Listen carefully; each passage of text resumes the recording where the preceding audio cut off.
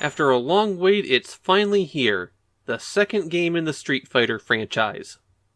I actually remember being rather severely disappointed by this one back when it came out. It was nothing like Street Fighter or Final Fight, which they added as a subtitle in the US. And worse, it was so absurdly hard, most people couldn't get past the first stage. The premise of the game is that in the distant year of 2010, humanity has spread out among the stars. The future is plagued by cyborg criminals who are using parasites to gain additional power, and it's up to Cyber Cop Kevin to track down the source of those parasites. The way that most of the game works is that you engage in a series of one-on-one battles with a cyber criminal. There's roughly 25 stages in the game, depending on how you want to count them, and there's about 15 unique opponents that you have to fight. Your goal on most levels is to beat up the target, and then when it's defeated, a portal will open and you have 10 seconds to go through it before the target revives.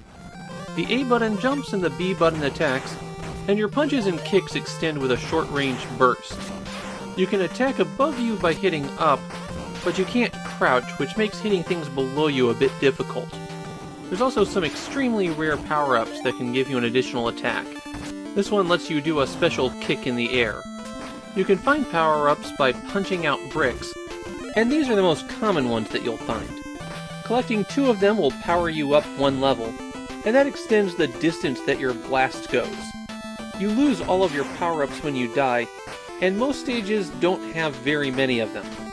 Street Fighter 2010 is extremely difficult, so you'll wind up in a pattern of defeating an enemy, getting a little bit more power, but not being able to beat the next stage, and then having to build up from 0 again until you defeat that stage's enemy and you can continue with the power you've collected. Defeating some minor enemies can cause them to drop health pickups, and there's 2 sizes of those. The big feature of Street Fighter 2010 is Kevin's mobility. He has a pretty huge variety of movement techniques. Most importantly, he can cling to just about any surface. If it's a floor above him, then he might be able to pull himself up, and if he's sticking to a narrow pillar, he can swing to the other side of it. This brings me to my biggest problem with Street Fighter 2010, and the thing that I think prevents the game from being truly great. The controls are unresponsive. Not when you're standing on the ground, and not when you attack, but once you're stuck to an object, which you can easily do by accident, it takes Kevin a moment to respond to your inputs. And this is a game that requires some fast reactions. You tend to get flooded by ancillary enemies, and the targets hit you pretty hard if they catch you. So when you're stuck to a wall, it's almost impossible to dodge. It doesn't help that this game also tends to be a bit unfair with how it spawns enemies. The bosses might have a pattern that you can learn and respond to, but typically they're not the only threat that you're facing. And as you're jumping around and dodging the boss, missiles or plant pods or whatever will wind up spawning right on top of you. I think the life bar is long enough to compensate for this, but you're still going to feel like you're taking a lot of unfair hits. The best thing in Street Fighter 2010 is the variety of challenges that you'll face. This is the original boss rush game. There are a few stages that are auto-scrollers where you have to constantly be moving until you reach the boss at the end, and a couple of challenge stages where you have to beat up a lot of enemies in order to build up power for the exit portal.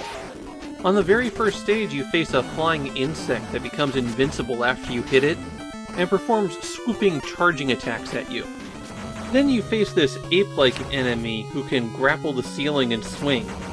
The next stage is the first auto-scroller, and if you manage to complete it, then you face an enemy that will throw boxes at you. One useful thing to remember throughout the game is that the bits that explode from enemies don't hurt you. The next stage has you fighting a cyborg that charges up electrical conductors around you. The next boss that you face is this plant that bounces around and launches itself up into the air when you hit it.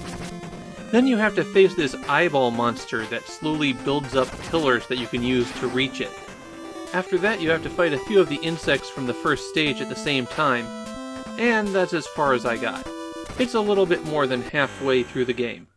You can see that there's a huge variety of enemies and environments to fight in as you go, and those are really Street Fighter 2010's strength. In Japan, this is remembered as a firm classic of Capcom's 8-bit days, one of their most beloved games on the Famicom, and it's actually kind of difficult to get your hands on a copy. You can expect to spend about 4,000 or 5,000 yen for one.